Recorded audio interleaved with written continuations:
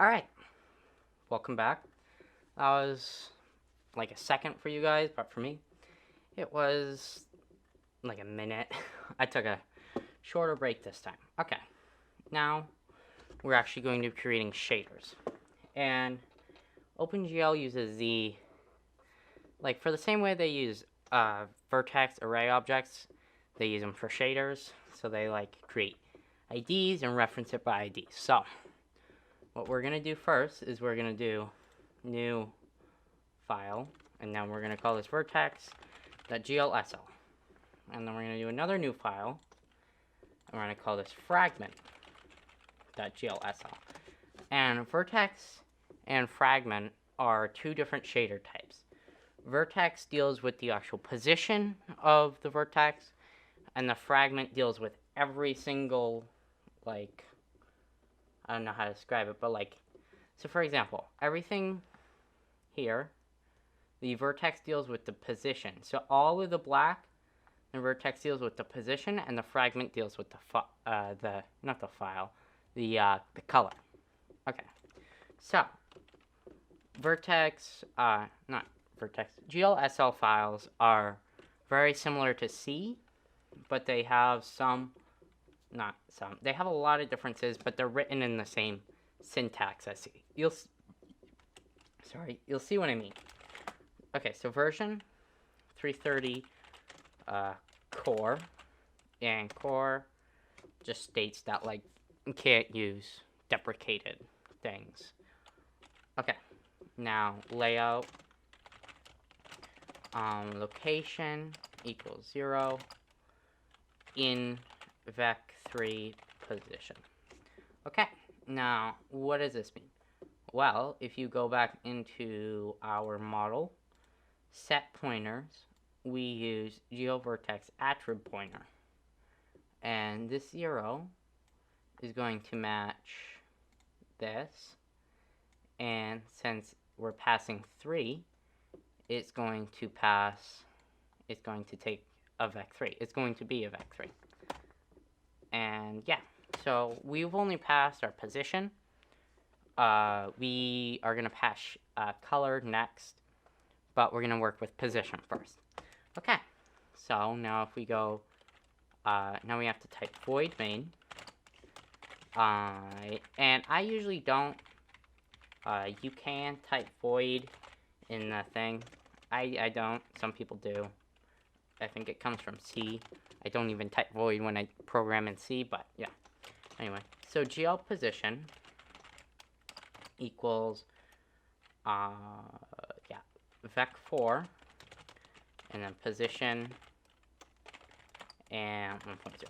And the 1.0, I'm not entirely sure what it does. I know it has something to do with the transform matrix and everything, but it has to be 1.0. And then if this isn't working, GL position has to be, I don't know what I just did. GL position has to be that exact case. So the case has to match. It's case sensitive.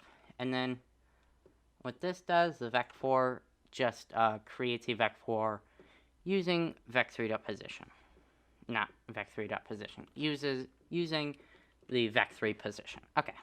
Now we go into our fragment shader and we do the same thing. So version 330 core. But this time we're actually going to do out vec4 color. And you can call this whatever you want, but this has to be a vec4. Okay, so now we're going to do void main. Again, you can type void in here.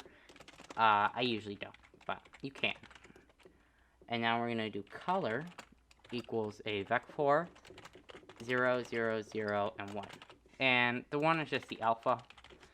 A lot like the background color, but instead for the color of the thing. So it doesn't really matter what you put in these, because we're going to change them in a minute. This is kind of a placeholder, so we can actually have something to load to the engine. So now, go into your engine class, and we're going to create a new shader class. And this shader is going to take a private No, it's not going to take anything. So we're going to have two variables, private string vertex file equals, and then the path to the vertex file. Mine is just going to be a / vertex.glsl. And now we're going to do private string fragment file equals / fragment.glsl. And these are dependent on what you put in the, what you call these two files. And now we have to go up here and we have to do import static or .lightweight Java game library.opengl.gl40.star. That's an L and not a semicolon. Alright, now public shader. We're going to have a default constructor. And we're also going to have a constructor where we can pass the file if we want to change them. So string vertex file, string fragment file, and then just this dot vertex file equals file. This not file. This dot vertex file equals vertex file. And this dot fragment file equals fragment file. Okay. You don't have to have this. I never actually use it, but I include it in case I want to debug things and I don't want to have to go back in here and change it quickly. I can just create a new constructor with these.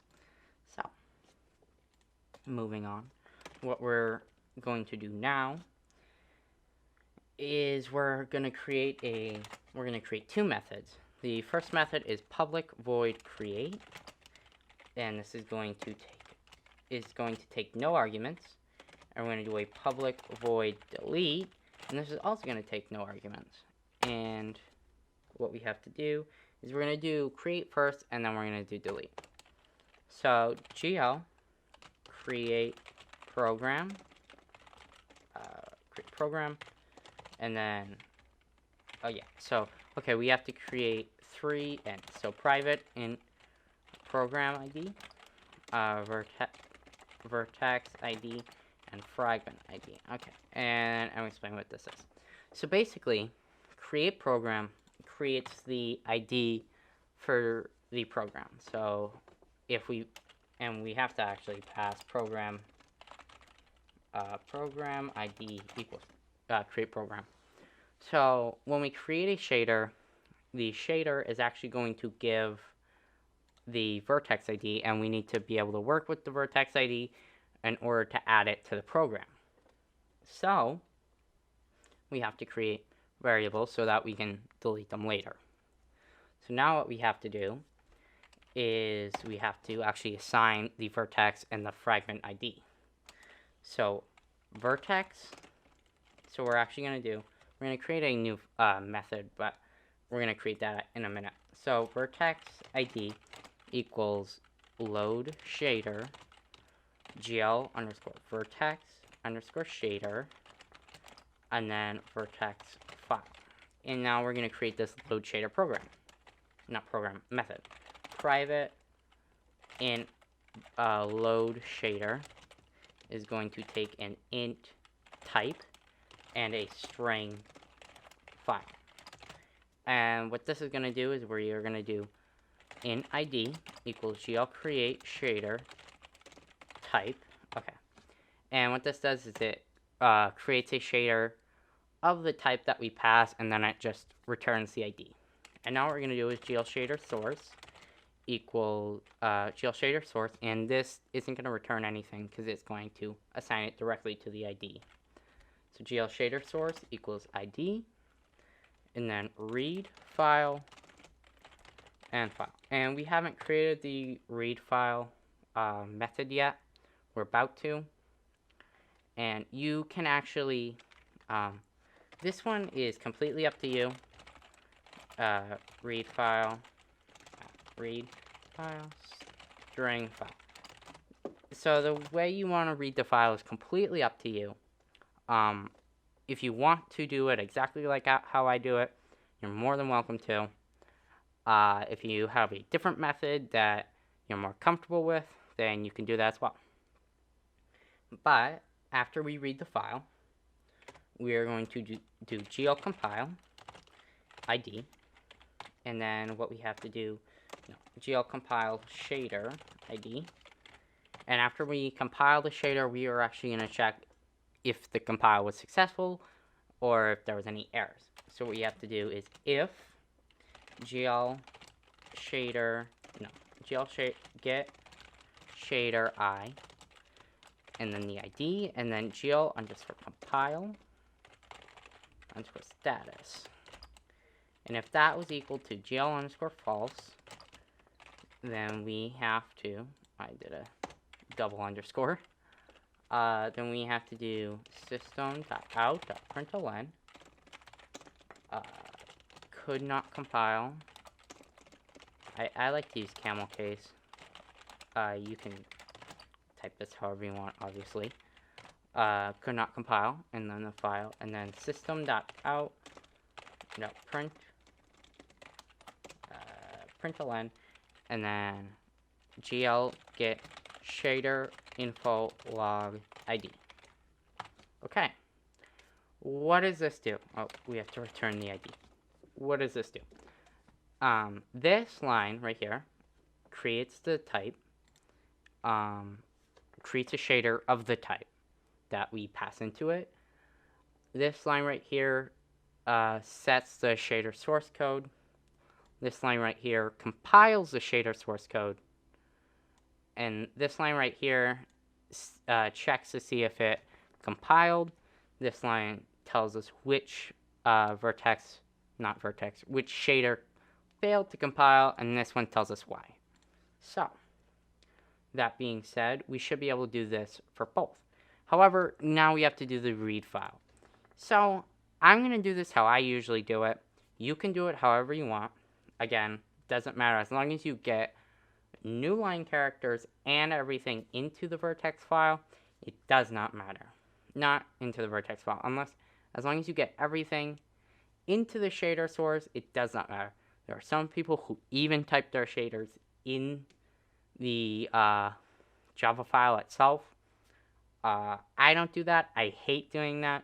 I think it's way too much work than just reading the file. So how I do this, and I'm not actually going to go over this, but I'm just going to type it and I'm going to narrate it. And you can copy it if you want, but I'm not going to go over it. So file equals, so file, not file. We have to call this shader file. File equals new file. This dot get class, dot get resource, and then shader file. And then we have to do scanner, scan equals new scanner, file. And then what we have to do is while scan.has next line, scan.next line plus /n semicolon and create a string variable that I forgot to do. String equals new string, not new string because we can't do that. String equals empty string, and then string plus equals that. And then we have to import the file, and then we have to import the scanner, and then we have to just surround this get file. And we just have to surround this on a try catch, and just like that. And yeah, so scanner scan that has next line, scan equals no, and that's gonna throw an exception. And now we just have to return the string, and now it should read the file. So again, you can do that however you want. This is how I do it. You can change it if you have a way that's more comfortable. You're more than welcome to copy it, obviously. Okay, now we've done that for the vertex file.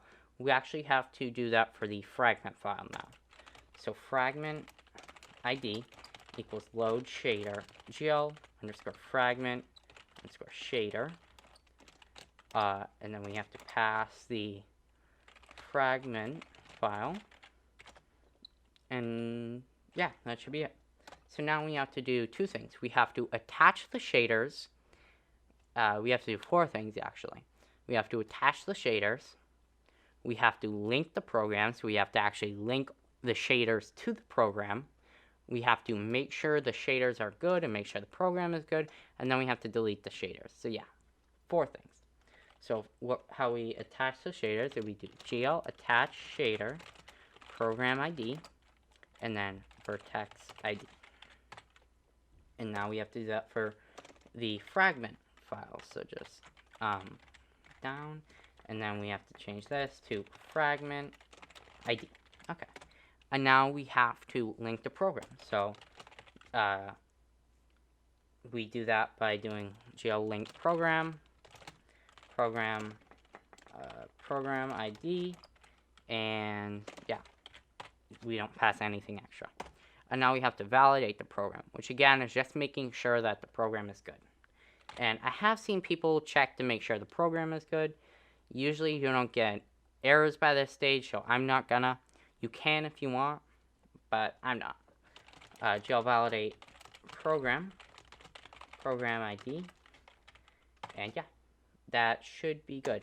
And now we have to do the final thing, which is now that the shaders are attached, we have to delete the shaders. So GL delete shader vertex ID and GL delete shader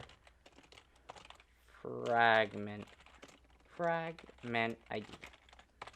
Okay, so, and the reason we can delete the shaders is because it's not actually attaching the shader itself, it's attaching the compiled shader to the program. So we don't actually need these anymore. And now we can write our delete function, which, not function, it's called a method in Java. It's kind of weird. Anyway, now we write our delete method. And which you might think, oh, we just copy this. No, we already deleted the shader. We actually have to detach the program.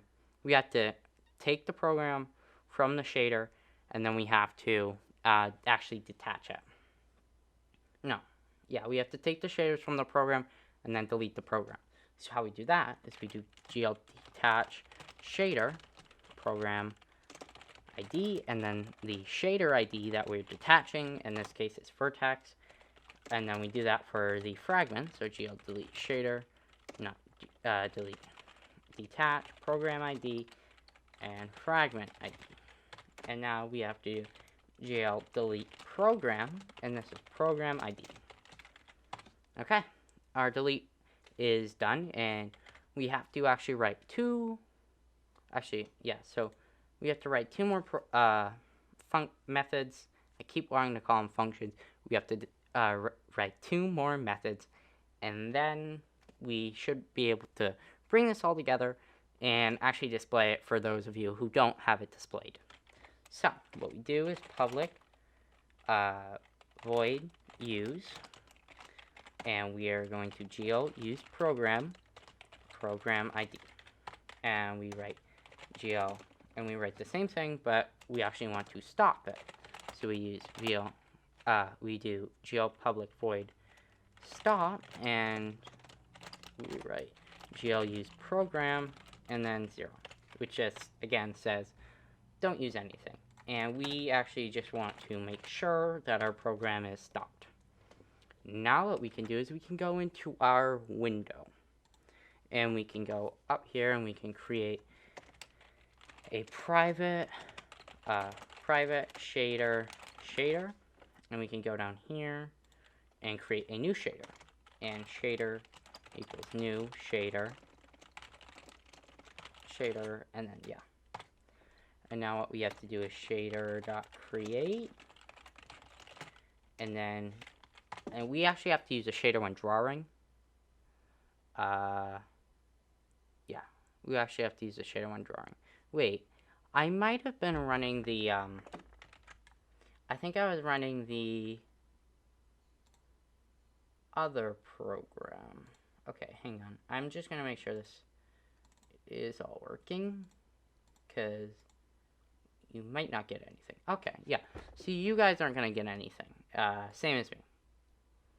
And we actually have to fix that. So we're going to do GL shader use.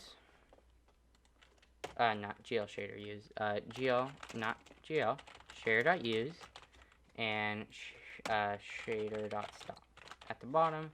And now we do, and we actually did not terminate the, we're just gonna save and close this and then reopen it because that bug is annoying. We actually did not terminate GLFW and everything, and that's not good. So what we have to do is GL shader.delete, model.delete, GLFW destroy window. Was it window ID? It was window ID, yeah. GLFW destroy window ID, and then terminate, and then, yeah. We didn't actually clean it up, and that's a huge problem if you're actually making an application. So, we, I believe, have not actually called render.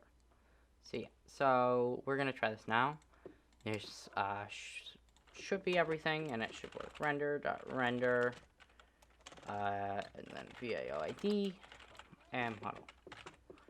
And, oh yeah, okay, so we haven't created a VAO. I am all over the place today. Okay, so we have to create a VAO. That's pretty simple. Did we do model.create? Did we even have a create for model? Okay, yeah, we have to do model.create. God, I'm all over the place. Okay, just model.create. Okay. Now, what we have to do is create a VAO. VAO ID equals GL gen vertex arrays, and GL bind vertex arrays VAO ID. Okay. And private int VAO ID. And that should be everything, and then we just have to do down here GL delete vertex arrays, and then VAO ID. And I'm getting an error because it is actually GL bind vertex array and not arrays. And that should be everything. And you don't have to do this. I like doing this because I'm going to rebind it later, and just kind of good practice for me. But you don't have to do it. It's not necessary.